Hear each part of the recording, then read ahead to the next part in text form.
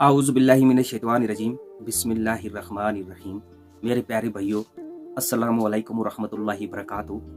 ये चार बातें अगर आप में भी हैं तो आप बुरी मौत मरने वाले हैं। दुनिया में अब तक सबसे ज़्यादा तहकीक आप जानते हैं किस चीज़ पर हुई है? जवाब है मौत, जो एक ज़िंदगी का द एंड होता है और एक नई, एक ना ख़त्म होने वाली ज़िंदगी की शुरुआत होती है। मौत को शिकस्त देने के लिए इंसान ने हर एक तरकीब अपनाई, लेकिन आज तक मौत को कोई शिकस्त ना दे पाया। वजह एक ही है, हर जान ने मौत का जायका चखना है। असल सवाल ये नहीं कि मौत से कैसे भागे जाए, बल्कि असल सवाल ये है कि हमारी कैसे मालूम होगा किसकी मौत अच्छी होगी या बुरी होगी। इस हवाले से अल्लामा जलालुद्दीन सूरी रहमतुल्लाह अलैहि ने अपनी किताब में लिखा, अल्लामा के मुताबिक एक बुरी चीज की चार वजह और चार रीजन और चार असबाब होते हैं। चार वजहात ऐसी होती हैं कि जिनसे मालूम किया जा सकता है कि इंसान की मौत इंतहाई जिल्लत के साथ हो।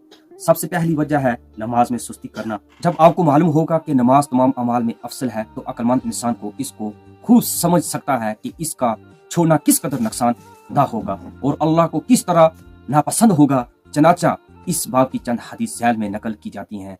आका सल्लल्लाहु अलैहि वसल्लम ने फरमाया, मुसलमान और काफिर के दरमियान फर्क करने वाली नमाज है, जिसने जानबूझकर नमाज छोड़ी वो कुफर के करीब पहुंचा। हुजूर अकरम सल्लल्लाहु तआला अलैहि वसल्लम ने फरमाया, जिस शख्स ने जान कर नमाज छोड़ी, क़यामत के दिन अल्लाह ताला इसे सख्त गुस्से के साथ पेश आएगा।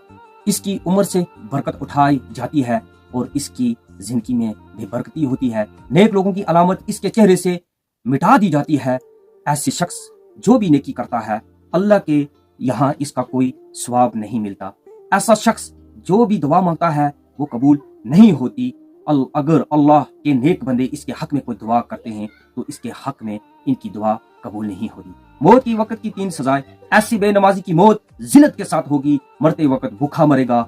मौत के वक्त चाहे समुद्र को पिला दें, इसकी प्यास नहीं बुझेगी और प्यास की हालत में इस दुनिया से रुखसत हो जाएगा।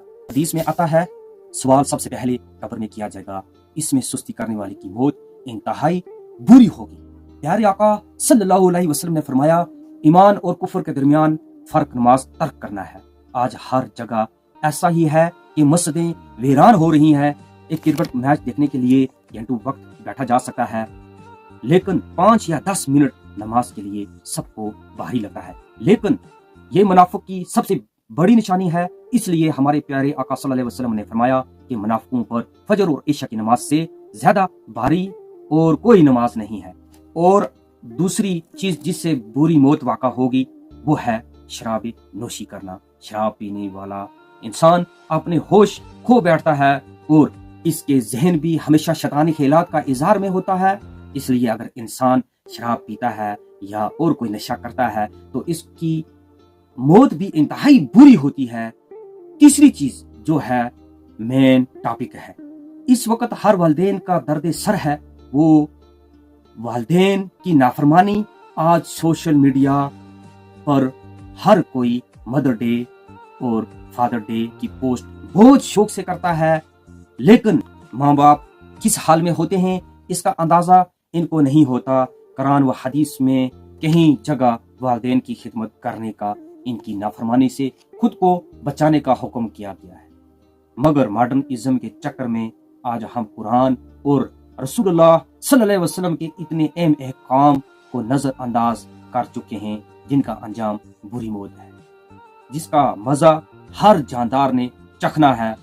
हाफिज उल मंसूरी रहमतुल्लाह अलैहि ने एक वाकया के बारे में लिखा है। एक दफा एक जगह पर गए जहां एक कब्र से एक आदमी निकला जिसका सर गधे का था, बाकी जिस्म इंसान का था। कब्र से निकलकर इसने 3 दफा गधे की आवाज निकाली और फिर कब्र में दाखिल हो गया और कब्र बंद हो गई।